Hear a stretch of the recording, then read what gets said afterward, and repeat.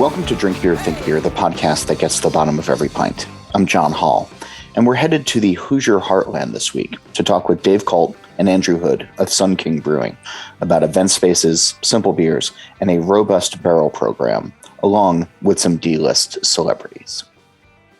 All About Beer is back online and producing original content for beer enthusiasts and professionals.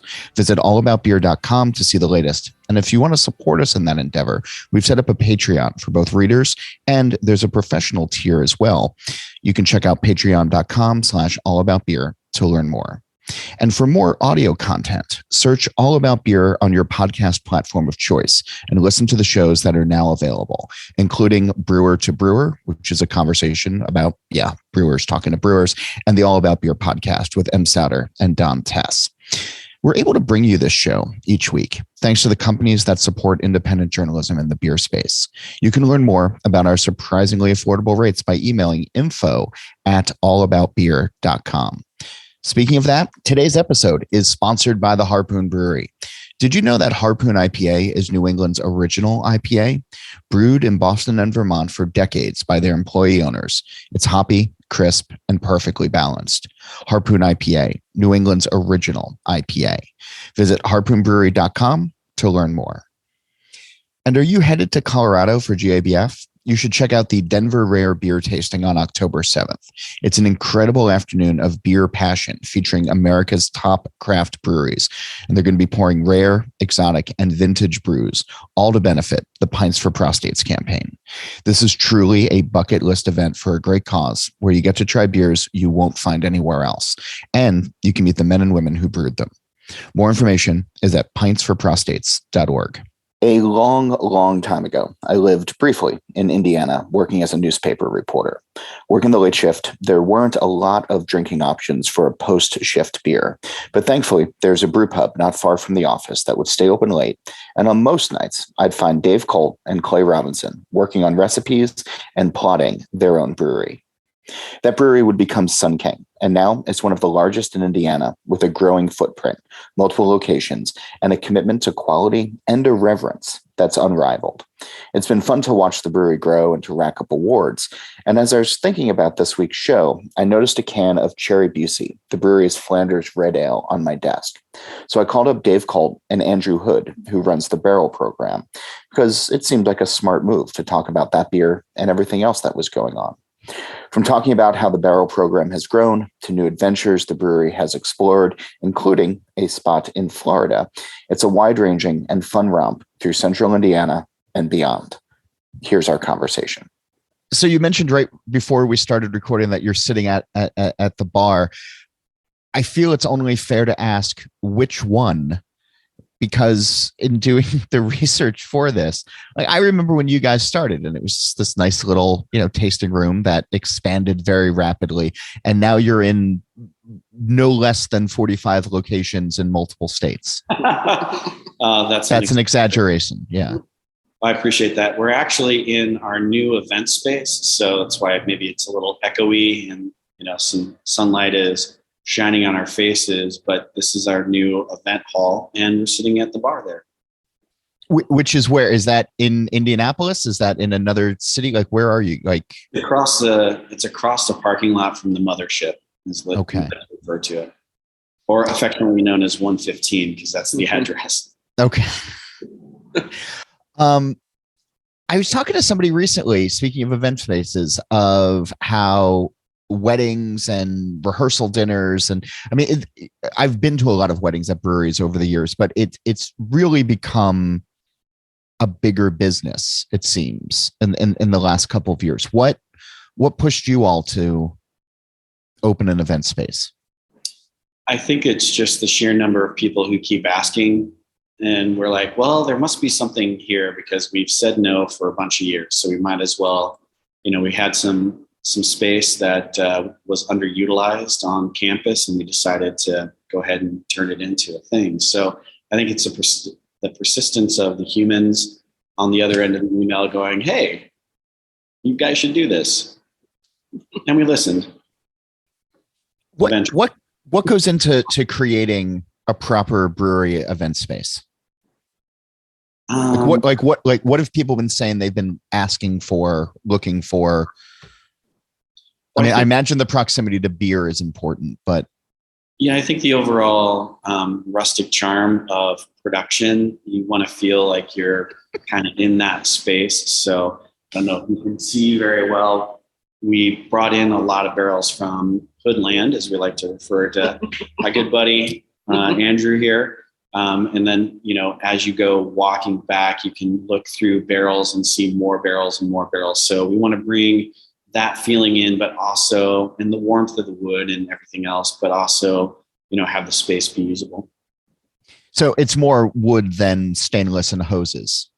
Well, this area, because we, this is where we do the magic of the barrels. Yeah.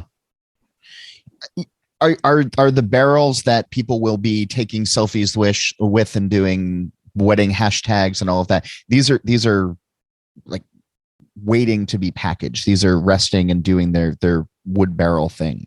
Yeah, they're functional. I'll grab a chart to. How nervous does that make you, Andrew, having groomsmen around your hard work? It's not that nervous. It's one of those things that we can mute Dave if that's easier so that you can speak freely. I wouldn't say not that nervous, just because of the fact that, we trust our team that if anyone is looking like they're going to pull a bung out or something, that they would have the whereabouts to say, "What are you doing?" and please don't do that. Yeah. Don't touch anything. But we've got a decent amount. This isn't like, the entire inventory in here or anything like that. So, we keep a pretty steady, large inventory on hand at all times. So, but yes, I do not want people also touching these. So yeah, it's, it's one thing. I've seen people take pictures and stuff in front of them, and, as long as they're not pulling nails or ripping bungs out, I'm okay with it. That does bring up a point we probably need to get with our art department and get some signs made, because we really don't have any. This is, freshly or newly minted, if you will, a space. So, those very small details aren't done yet. Yeah. Firm but polite. Yes. With maybe some consequences. Yeah. Yes. Yeah. I don't know if I could trust myself being around barrels at a wedding that had an open bar. Yeah. Or even that didn't have an open bar. I don't know. Like, it's note to self, John Holl. It's not allowed to. Yes. That's going to have to be the wedding contract clause of no Holls allowed. Yes. Examples? What is this place? Did that guy just walk in with his own barrel thief? What? What? Gotta watch out for those guys. Yeah, come walking in with a bulldog and just that's black bag and a bulldog. No, right. Nothing to see here. Well, this is help yourself. All you can eat buffet. All you can eat buffet. Yeah, I would. Yeah, you come in with some of those plastic quart containers, just to bring stuff out. Yeah, I think that's really nice. To go beer. That's a pretty good thing. Dave, when you and Clay started this back in the day, was there a thought that you would have event space, that you would have all these multiple locations? Like, was this part of some grand 10-year plan, or did you all just catch a wave and have been riding it ever since? I think it's all catching a wave. When we had our 5-year plan and we ran through it in our first year, we kind of threw that, out the window, and then, have sort of gone with the flow, taking a look at, trends in the industry as well. And then what our guests are asking of us. So, our best opportunities are with our best customers. And so when people take their time and effort to drive to us, especially with gas prices the way they are, and, sit down in our spaces and tell us what they think and what they feel, we'd be fools not to listen. Is that I mean, it sounds like there. I mean, it sounds like smart business sense, right? Like comment boxes and things like that. But it also sounds like there's a little bit of humility then as well of listening to the people. I'm just sort of scrolling through some previous interviews in my mind right now of, people saying like, well, this is what we want to do and people will come because this is our vision. But giving people what they want or what they're asking for, if it makes sense for the brand, seems to have really sort of paid off for you all without being dictators about it. I think you can do both, right? So we did, Clay and I recognized a hole in the Indiana beer landscape, especially Indianapolis, and we sought to fill that. But what we also knew as pub brewers coming from chain places is, you can have your seasonal beer that you're, proud of, and you add weird stuff and everything's super cool. But if nobody buys it, then, what good was it? So you can do the fun, weird stuff, but you also need to, please the folks. It's kind of like a rock and roll concert. The general rule of thumb is a third of the songs are played for the crowd, a third of the songs are played for the band, and a third of the songs are the songs you know by heart by that band, the popular. Yeah. So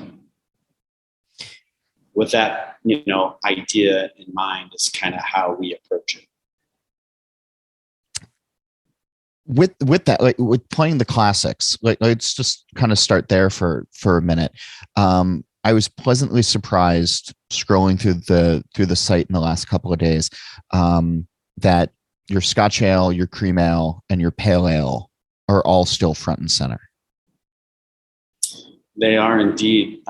Sunlight is still, our cream ale is still 40% of our total velocity coming through the brewery. So, it's a crowd pleaser, and it's one of those things, just to kind of come back to listening to the folks. And, it was our first seasonal beer that we made in the summertime. And we thought, well, it'll kind of die off in the fall. And it didn't.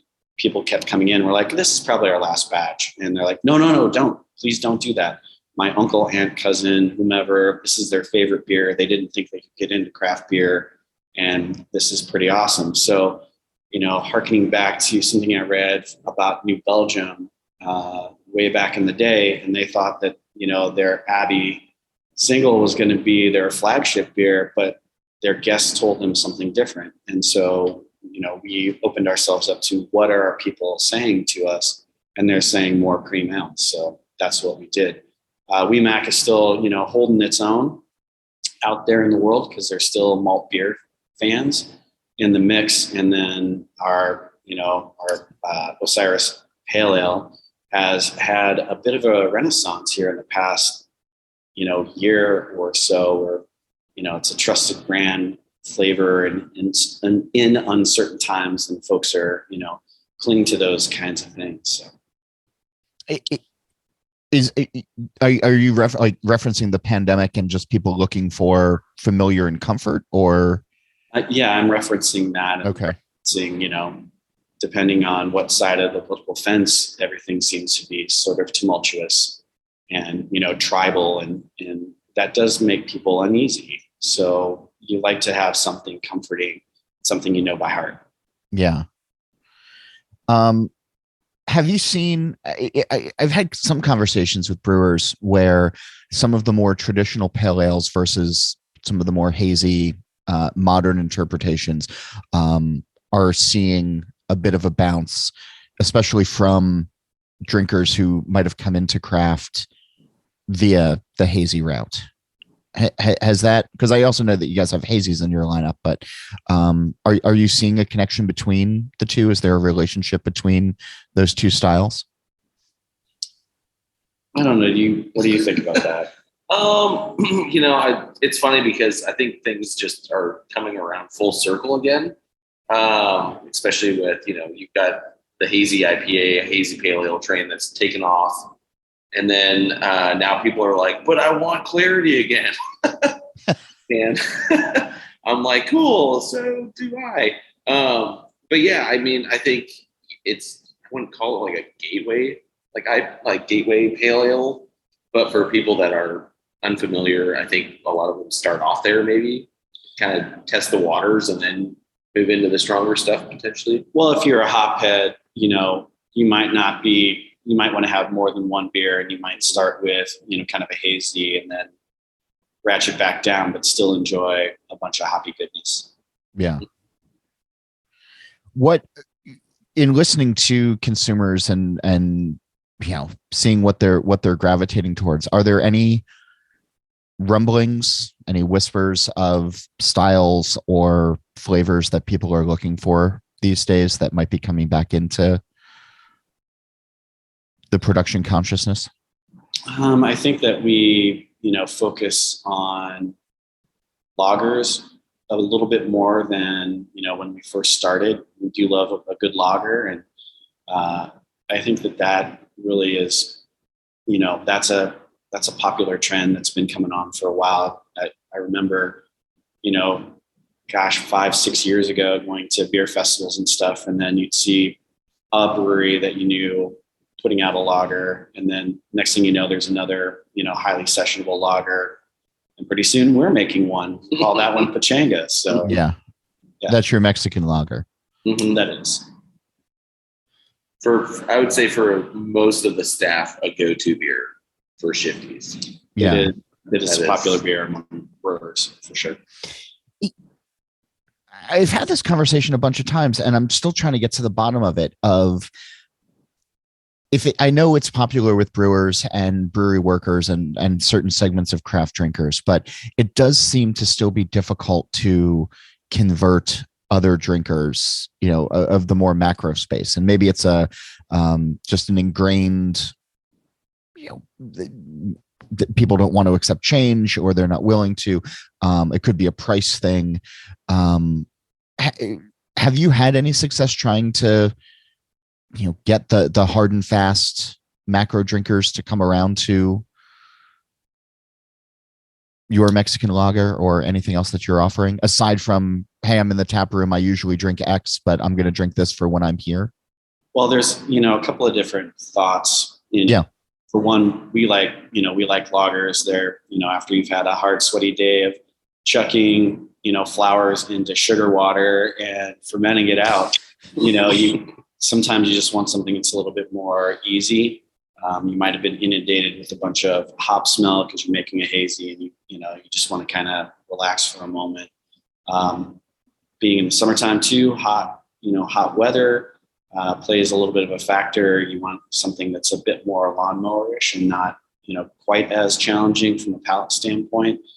And then there's also the theory that if you've got 4 people in a car driving somewhere and one of them doesn't like, craft beer, I'm like, I don't want that heavy stuff. It still exists out there in the planet. In Indiana, we're not as, I think, mature an audience as maybe, Oregon or Washington, where it's a bit more, baked in the DNA, that somebody might steer that car in a direction that you don't want to go, which means not to our place and making money off of that. So that makes sense. I also like that you just distilled a millennia of brewing down into chucking flowers into sugar water. I mean, that the science, the artistry. Yeah. You just painted just a really vivid picture there. Yes, there are 9 words. Yeah, I mean, there is all of that, and when we start getting deeper into like the wood barrel aging, it is sometimes that for the shift brewer who's like, okay, cool, I love what I do and I have immense care and respect for it. At the same time, I forget who wrote that. It was somebody. And it just kind of struck me as funny. So I thought I'd bring it up to you, John. I appreciate whoever wrote that, and I appreciate you bringing it back into the general consciousness. All right. So you brought up wood, and I remember the brewery from the very early days, and you might have had a couple of barrels sitting around at the very beginning, but it did seem like, cream ale and Scotch ale and pale ale were going to, sort of be the thing. And then I visited you, I don't even know how many years ago now, but I was in town for something and you brought me over to your barrel side of things, and I was blown away by the size of it. And certainly anybody who goes to the Great American Beer Festival or the World Beer Cup, they are accustomed to hearing your brewery name announced in that wood-aged, barrel-aged category over the last 10 or so years. Was wood always part of the plan? Were barrels always part of the plan? Or how did it evolve?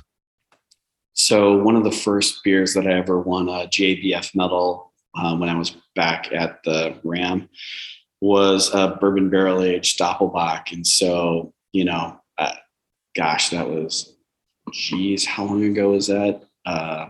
04. Sounds about right. So, that was kind of baked into our DNA, and Clay was mucking around with it at Rock Bottom here in Indy as well. And so when we came together, we did want to have a barrel program. We hadn't really, messed around with sours very much. So we started, inoculating a few barrels and, kind of checking that side out as well. But we always meant to have a barrel program. Probably not as big, definitely not as big as we are now. So I don't know how many barrels do we have working. At least like 600, probably. That's impressive. It's respectable. Mm-hmm. Yeah. Andrew, when you think about that number, I mean, what's the youngest barrel that you have right now that's been filled, and what's the oldest? Okay, so the youngest barrel would be, we did a in-house collaboration with our Kokomo location, and it's called Way Down the Earth. And so it's a rye Doppelbock that we put into rye barrels, like 95% rye. And so that's probably the youngest. Oh no, well, that, and we did an Imperial Milk Stout. I filled those like 2 days ago. Okay. But then the oldest would be probably like a lambic inspired beer. That'd be in a punch in. It's about close to 3 years. So, I mean, we really try to touch on everything because obviously Dave and I love sour beers and bourbon barrel aged beers and cocktail inspired beers and like pretty much everything under the sun. Yeah. But we also love blending those beers too, especially like the older lambic. It's just literally the way that microorganisms work, and over the course of years, they change and evolve. Different flavors come out in different like nuances, and it's really neat to take those and blend them and figure out, oh wow, this is a beer that could potentially have tea in it or something, radical, maybe not just traditional. So yeah, it's pretty cool. When you're talking about, this could have tea in it, or this could, you could mess around with stuff.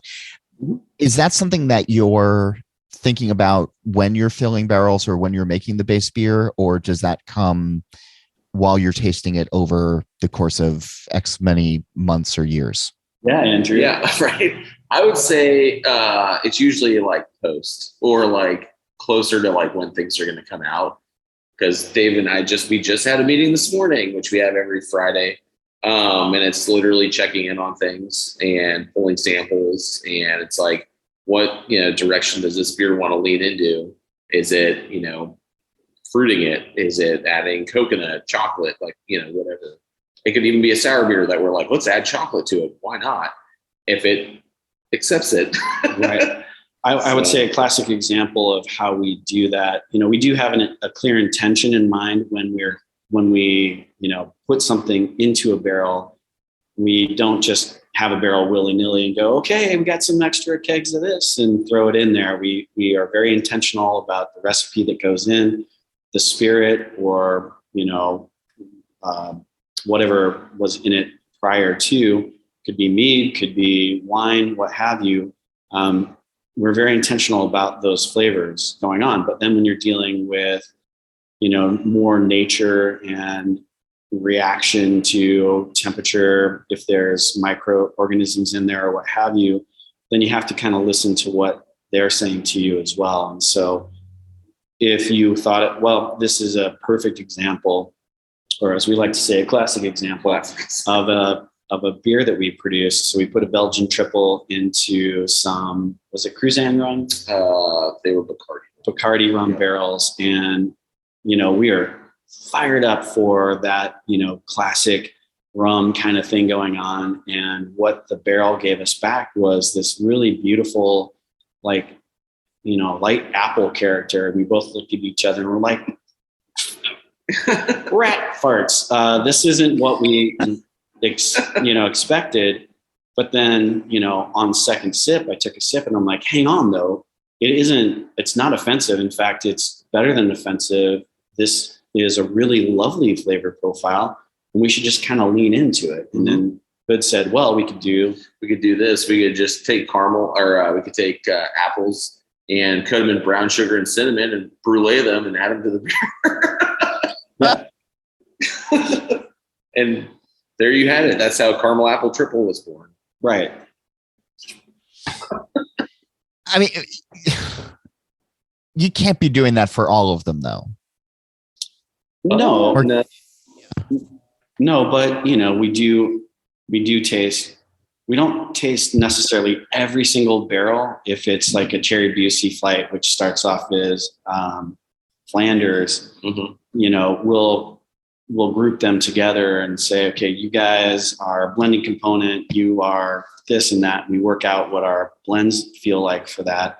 But then every once in a while, there's one that's just a star player on its own. And we have this blend of typically 2 to 3 barrels that becomes, stupid, sexy Flanders on its own. So I guess we do taste them. We do taste them all. And that's what Hoodie was referring to as our Friday morning meeting. Right before lunch, we sit down and we taste things and we talk about, in very precise and minute detail, hey, this one is slightly different than last year. Is it still close enough to be considered brand X that we had, or has it migrated to another thing, and what that means and how we treat it there? More in a moment, but first, thanks to the companies that help keep us on the air. If you'd like to help out the show as well, you can reach out to info@allaboutbeer.com. And today's episode is sponsored by the Harpoon Brewery. Did you know that Harpoon IPA is New England's original IPA? Brewed in Boston and Vermont for decades by their employee owners, it's hoppy, crisp, and perfectly balanced. Harpoon IPA, New England's original IPA. Visit harpoonbrewery.com to learn more. And if you're headed to Colorado for GABF, you should check out the Denver Rare Beer Tasting on October 7th. It's an incredible afternoon of beer passion, featuring America's top craft breweries pouring rare, exotic, and vintage brews to benefit the Pints for Prostates campaign. This is truly a bucket list event for a great cause, where you get to try beers you won't find elsewhere, and you get to meet the men and women who brewed them. More information at pintsforprostates.org. And now back to the conversation. All right. So you brought up 2 beers that I think when your name gets called at these large beer competitions, your names often get a good laugh from the crowd, an appreciative laugh from the crowd. And I remember the year that Stupid Sexy Flanders won. I forget for what, or what medal you got for it. But the room just erupted, and there's a brewer who was sitting behind me who got really mad in the Great Hall, and he's like, "I wish I had thought of that name." Oh, and yeah, I think he was happy for you, but just I want to talk about naming conventions in a little bit, but you all have really seemed to embrace the Flanders Red style, which I don't think I can have this conversation with a lot of U.S. breweries or even a lot of international breweries. What's the allure for you guys with the Flanders Red? I would say that's one of my favorite just hands down favorite beer styles.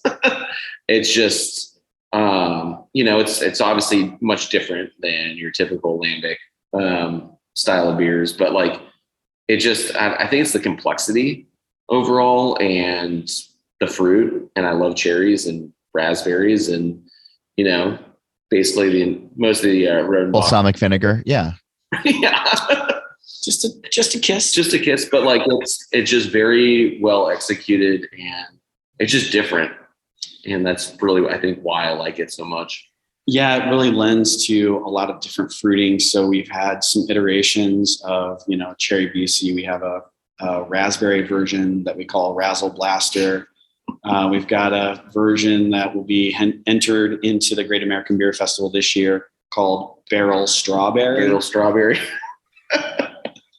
Which we think we're dang clever. Right. Yeah, well, I mean, again, with all of the Simpsons references that you guys have done over the years, now all I can just think of is, Bart and all of them just saying barrel.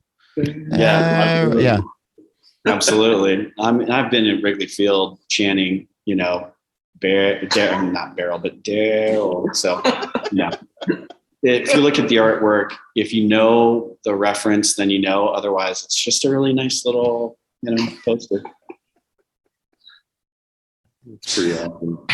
For the world, hold on, John, but wait till the world gets a hold of Brandy Travis. Brandy Travis. That's not. I mean, this is essentially the D-list celebrity line that you guys have. Yeah. Yeah, so that is. I'm looking forward to that variety pack. Yeah. Yeah. Right. Brandy Travis. Barrel. Yeah. And Cherry Busey. Yeah, you're all set. That's do you have one more to round out a variety pack? I mean, the newest sour beer coming out. Well, we do have a riff off of Velour Soccer Mom. This one has passion fruit, and its name is Momster Truck. We hate our jobs, John. Right.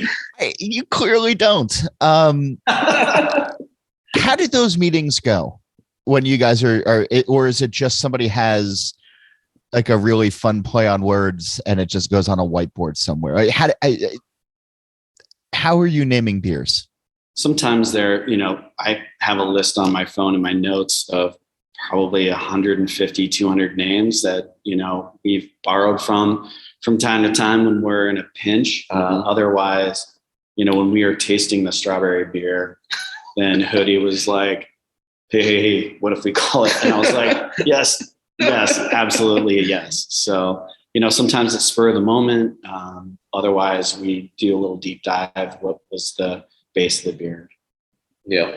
So, and also, drinking beer and getting those creative juices flowing also helps. Sure. Yeah. You're at a wedding, you're pulling nails, and all of a sudden inspiration strikes. Yes, exactly. Yeah, I need to think of a Mark McGuire one or a Jose Canseco. No, I'm just kidding. You never know. I mean, that's the thing. You could leave cards on the table at the weddings and ask people to name future beers. That'd be pretty awesome. Yeah.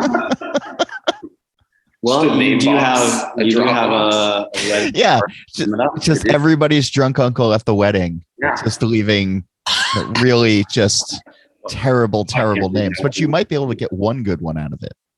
Possibly. What's the 1,000 monkeys on typewriters? 1,000 typewriters? Yeah, exactly. Yeah. Can I just jump back for a second, Andrew, to the Flanders though, because it's a style that I really appreciate and I really love, and I don't get enough of it because just not enough people are making it. When you're trying to communicate to people why they should be enjoying, this beer vinegar, how do you communicate that to people? Like, how do you get people interested in trying something that really is so far off the normal beaten path? Oh, geez. Usually in the tasting room, folks will kind of look at it and they'll, sort of laugh a bit, but then not try it. And I'm like, hey, you should really try it. And if you are, descriptive in what they're going to get and what their experience might be, then folks are more apt to. Cherry Busey, it's beautifully tart cherry. You ever had a cherry pie? My grandmother made an amazing tart cherry pie. It's like the best tart cherry pie you ever had, with all these other elements in there. And the vinegar, or that acidity there, adds to the complexity of like the malic acid and citric acid and other things. So it's there to help round it out and make it not one dimensional. So I don't really, kind of stand on that as part of the description. I'm focusing them on other things, bigger notes that they're going to pull out of it, and then let them discover and go, ooh, that's not what I expected. Was this in red wine barrels? Why, yes, it was. How has barrel aging beer evolved in the last 10 or so years? Like, I think back to 03, 04, and I know, especially in the Midwest, Goose Island with Bourbon County was capturing a lot of attention and thoughts and minds, and brewers were experimenting like you and Clay were, Dave, back then. But it strikes me now in 2022 that things are built upon that tradition, but have gone really in new and sort of unexpected directions. And so I'm wondering, Andrew, how you see the evolution of things over the last 10 years when it comes to beer and wood. Oh yeah. It has definitely evolved. I think there's certain, key elements to that. We actually have a distillery. So like an artisan distillery. There's more artisan distilleries that are popping up. So people are, getting creative and producing a lot of like exotic, barrel aged products, which I love, because then we'll get barrels. That could be cinnamon whiskey. It could be, something definitely radical, gin inspired.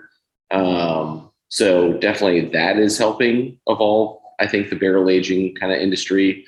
Definitely more brokers and having more accessibility globally to certain things as well. Like I've seen that people are now importing cachaça barrels from South America.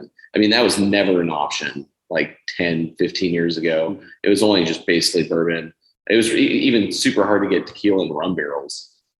So definitely more people are importing into the US with that. But definitely I'm feeling the artisan distilleries are really kind of bringing a fun new element to it, which is really neat. Yeah, I would say, access to exotic materials, just creativity. So, back when Bourbon County Stout, was really making its mark and people are understanding that, then the next thing you know, brewers like Hood and I are like, okay, cool, they made that, and that's their statement. What's our statement? Mm-hmm. And so, what sort of new things back way back in the day, in the 2003, 4, what have you, putting a German lager like a Maibach or a Doppelbock into a bourbon barrel seemed like you were crazy. You're living on the edge out there. So that's insane. Yeah. So, then that iteration creates another iteration or inspires thoughts or conversations among more and more brewers. So I think it's just a natural progression of things. And as the appetite for brewers to, try out more interesting things like craft distilleries, and also bringing in cachaça barrels or mead barrel aged things, or, stuff like that. How important is it where the barrels are coming from? I know you mentioned Bacardi earlier. There's like a lot of brand names that are out there, and sometimes you see those on beer menus of, aged in X bourbon barrels for however long or whatever. How important is the brand name of the barrel before it gets to you? I don't think the brand name matters at all. It's what's in it. So we definitely, like, for instance, a good example would be like, we know what Buffalo Trace barrels play well with some of our beers. Where like I will try to, we're really close to bourbon country, so we're pretty spoiled by that because I can like go hand pick things that most people can't. But like we've got certain brands that we're like, okay, we know where these barrels play really well with and what base beers. But it depends. If there's something new, then I'm like, well, let's experiment with 1 or 2 barrels. That can't hurt. And if it goes one way flavor wise, then we'll adapt to it and see, it could be a new caramel apple triple experience. Yeah. So you never know. And that's usually good for first turns, right? And then what happens afterwards? Yeah, so like depending on how pungent that barrel is, generally rum barrels stick around for a second turn, and that'll usually move to like either we'll put in something like Sunlight Cream Ale, that would be much lighter, not as aggressive, that can still take on a lot of those fun flavors, or we'll just kick it to the sour side and experiment with some stuff on the sour side. But for the most part, we just generally do one turn. We sell those one-turn barrels out of the brewery, and then also I sell them back to distributors for furniture makers, because we have so much space here that I'd rather put something full that's in a barrel than an empty barrel that's sitting that's going to be sold to somebody. So yeah, no, that's and it's cool that there's a continuing life cycle to it after. Mm-hmm. Yeah. I've been talking to some folks where, bourbon barrels, rum barrels, et cetera, are exciting. But then there's also, it seems to be a growing interest in just neutral wood as well. And clean barrels that have never had anything else in it and are getting their first turn with beer. Have you guys been messing around with any of that? Oh yeah. We have been, for sure. Perhaps it's a second barrel, finishing, where we're going to get more of that, good oakiness in the mix, depending on, toast or char and things of that nature. We've also, fermented lagers in new wood. So kind of like your Pilsner or Kell style, lagering it out. Yeah.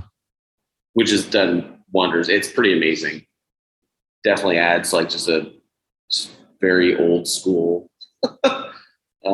It's funny to say that, but a very old school, like kind of just original lager character to the beer. So taste the history. You can taste the history. They're awesome, man. They're really fun.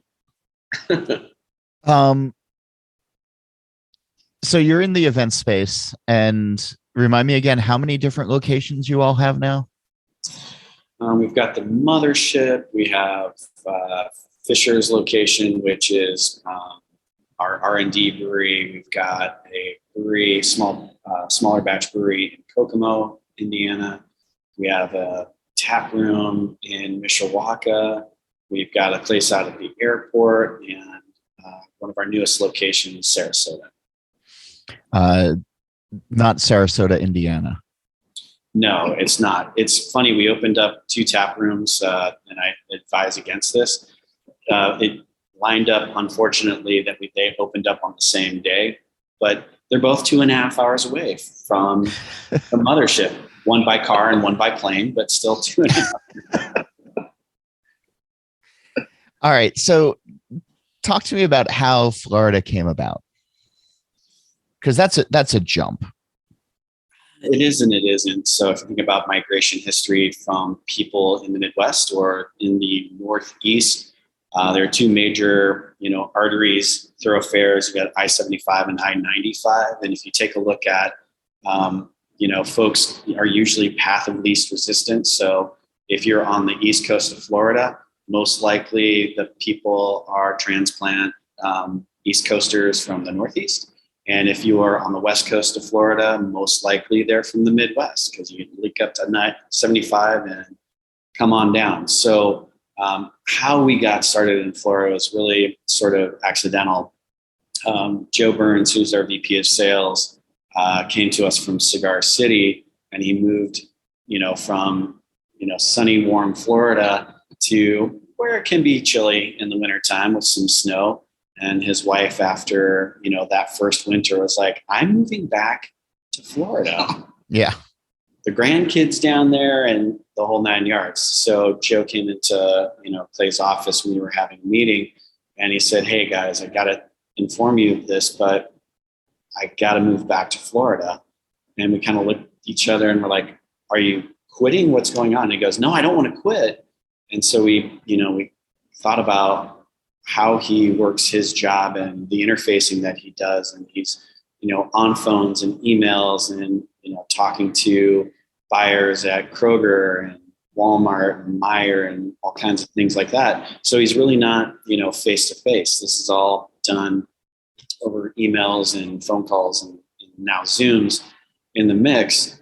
So we're like, I guess you really don't have to live here and come into the office every day, because you're controlling, you're running your sales team, and that can be done from anywhere. But you should probably come visit us every once in a while. So once a month, Joe comes up to renew, face to face, a lot of the stuff that you do with other human beings, or you're shaking hands and meeting with our couple of suppliers up here, distributors up here. So while we said all that, and I finished up with, so while you're down there, Joe, might as well sell a couple of cases of beer. So yeah, make a little milk run down there. So he did kind of do that, and year over year, our sales have grown incrementally, but grown. And during the pandemic, I was talking to my co-founding partner, Clay, and I said, this is an unfortunate thing for the world, to be sure, for multiple different reasons. And a lot of businesses aren't going to survive. If we make it out alive on the other end, there are probably going to be some really good bargains out there to snap up, some breweries that didn't quite make it through. And we sort of looked around the landscape, and knowing that Florida is a growth model for us, and that on the West Coast, there's a ton of Midwesterners who already know our brand.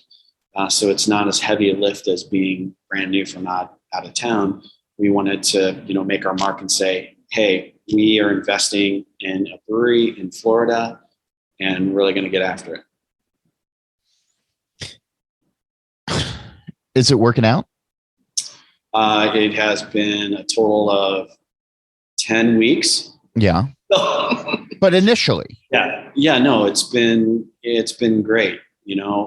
It's nice to potentially have a place when I, get cold in the wintertime. As I get older, it happens to folks, then I got a place maybe to go down. But seriously though, it is, it feels like a very right move for us, for the growth of our brand and what we want to accomplish. I imagine there had to have been conversations about keeping the company culture, the company vibe intact, now being in two different states. And I mean, even within Indiana, the northern part of the state is a lot different from the central part of the state as well. So keeping Sun King. That's something that you all have been thinking about and working on? Oh yeah. When we opened up our first satellite brewery in Fishers, Indiana, we were very like, this is a Sun King and it's got to be a Sun King. And, this is what downtown Indy Sun King is like. So you guys need to be like that. And what we found out quickly is, man, that was just the wrong possible thing to do.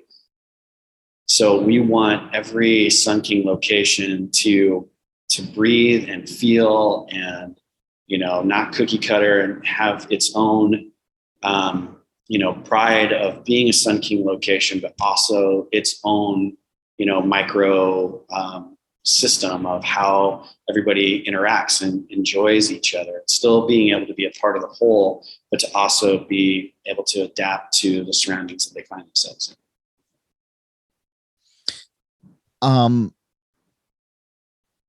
In thinking back to when I lived in Indiana and the scene in 0304, as opposed to where it is now, and I guess within the next 2 years or so, the larger brewing consciousness might turn to Central Indiana as the Craft Brewers Conference gets ready to come into Indy, and certainly you guys have hosted Super Bowls recently, and there seems to be this renewed attention on Indiana and Indianapolis in a positive way.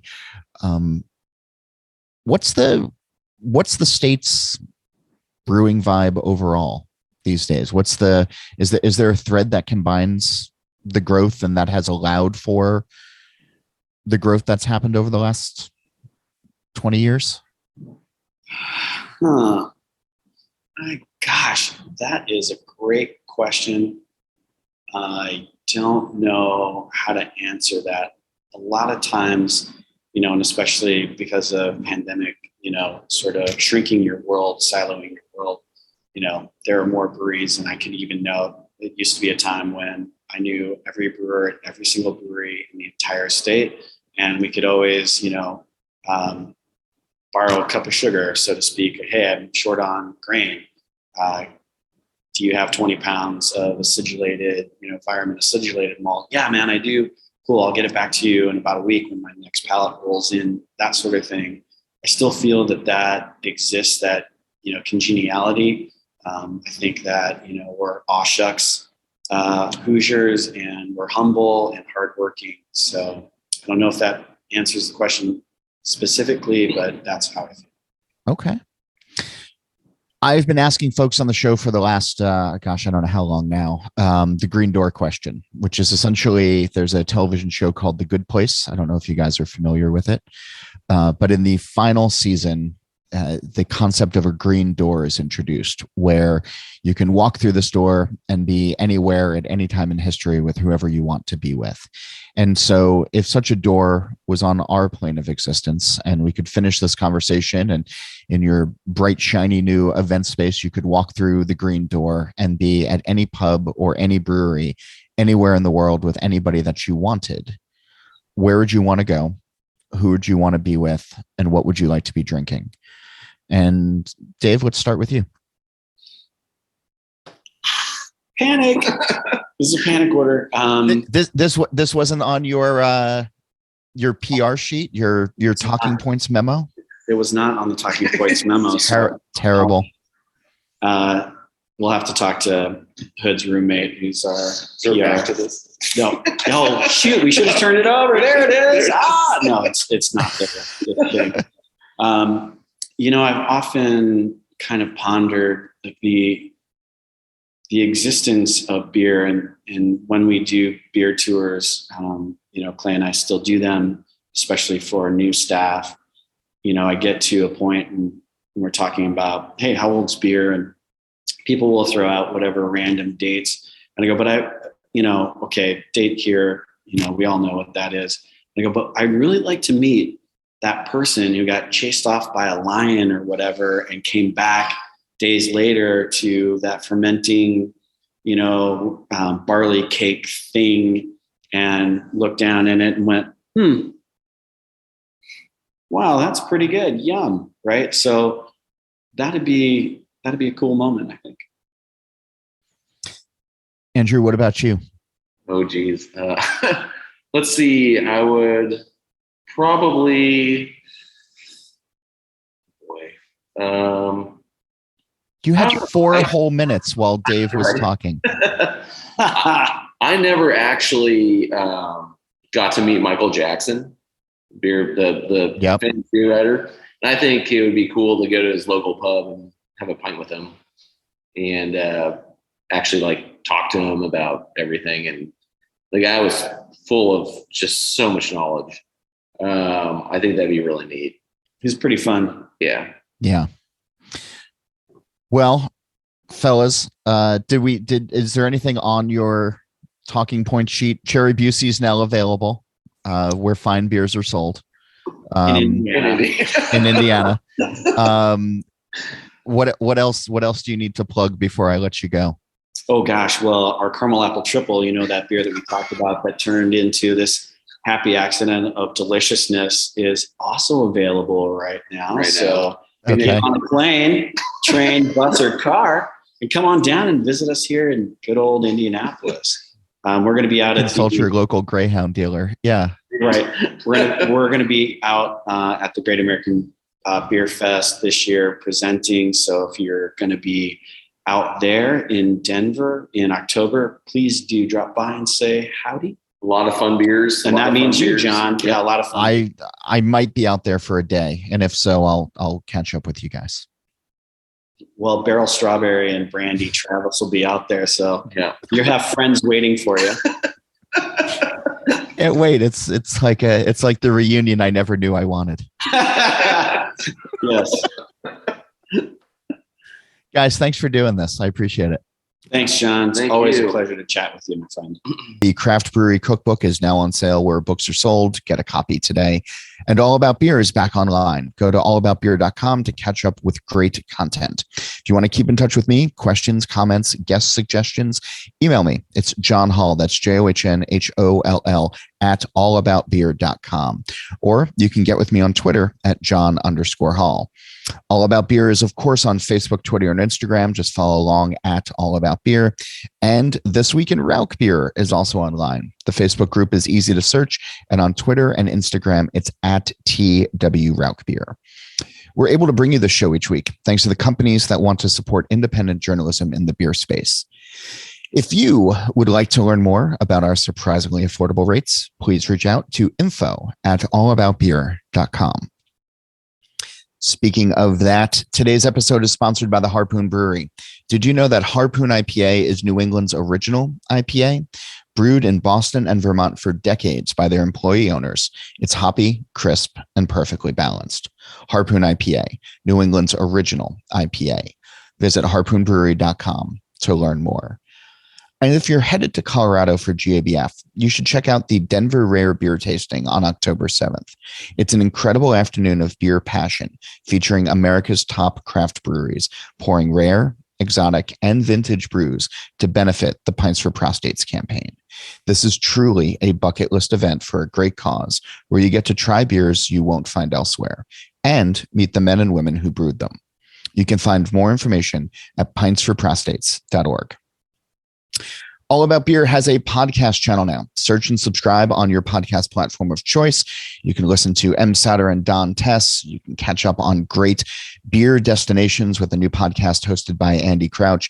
And the Brewer to Brewer podcast is a insightful conversation between two breweries, which airs every 2 weeks. Of course, Steal This Beer has new episodes every Monday, and the BYO Nano podcast comes out on the 15th of every month. And one more time, go visit allaboutbeer.com. And if you want to support us, it's patreon.com/allaboutbeer. As for this show, Nate Schweber does the music, Jeff Quinn designed our logo, and I'm John Holl. New episodes release every Wednesday, and that's when I'm going to be back again to drink beer and to think beer.